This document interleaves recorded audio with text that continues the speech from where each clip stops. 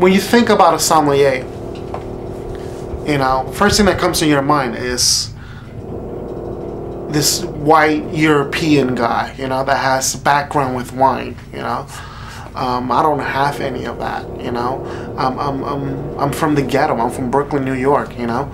I was raised in this neighborhood called Sunset Park, you know. It was a Spanish neighborhood, you know, and it wasn't the prettiest place to raise a family, you know. Sunset Park, I mean, it was pretty tough growing up there, you know. I remember in the 90s, I would just look outside my window and you will see pimps, prostitutes, drug dealers, you know, with the fly cars, you know, with their chains, you know, with like all the gear, with all, you know, and all the women, you know, and pretty much that's what you idolize, you know. You grew up in that environment, you become a product of that environment, you know. I didn't want to be a product of that environment. Back then I thought differently, you know. Back then I was, as a kid, as a teenager, I was like, I want to be the man, you know.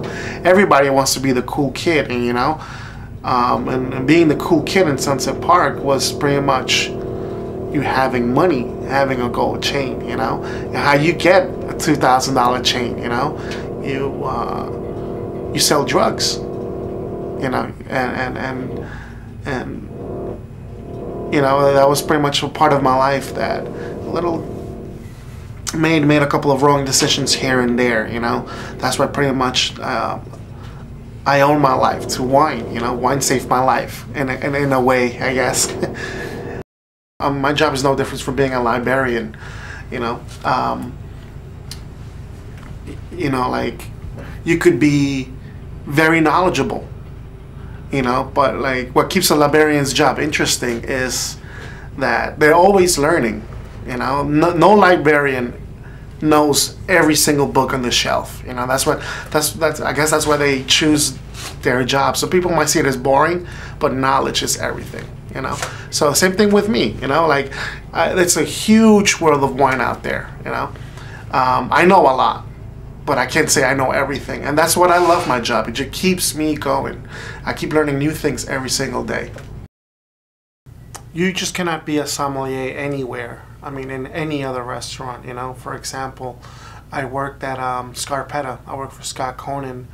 It's one of the top 5 fine dining Italian restaurants throughout New York City, which has been rated 3 stars by the New York Times, and that's a big deal. 3 out of 4.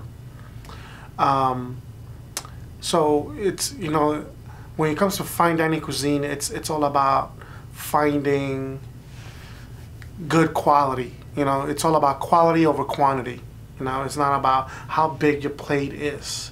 It's all about how well it was thought out to taste good, to satisfy you, taste buds, and that's where I come in as well, to pair wine with great dishes like that. It's not an easy task, you know, because you gotta always keep tasting new dishes and tasting new wines and finding with what goes what, you know. Finding the perfect acidity, finding the perfect tannins, finding the perfect vibrance of the dish, the perfect fattiness of the dish. It's quite a job. So people ask me how I ended up in this business. I ended up in this business working as a busboy, you know, pretty much the service assistant, you know. And I was 17 years old. It was my first fine dining job in Manhattan. It was this place called Patria.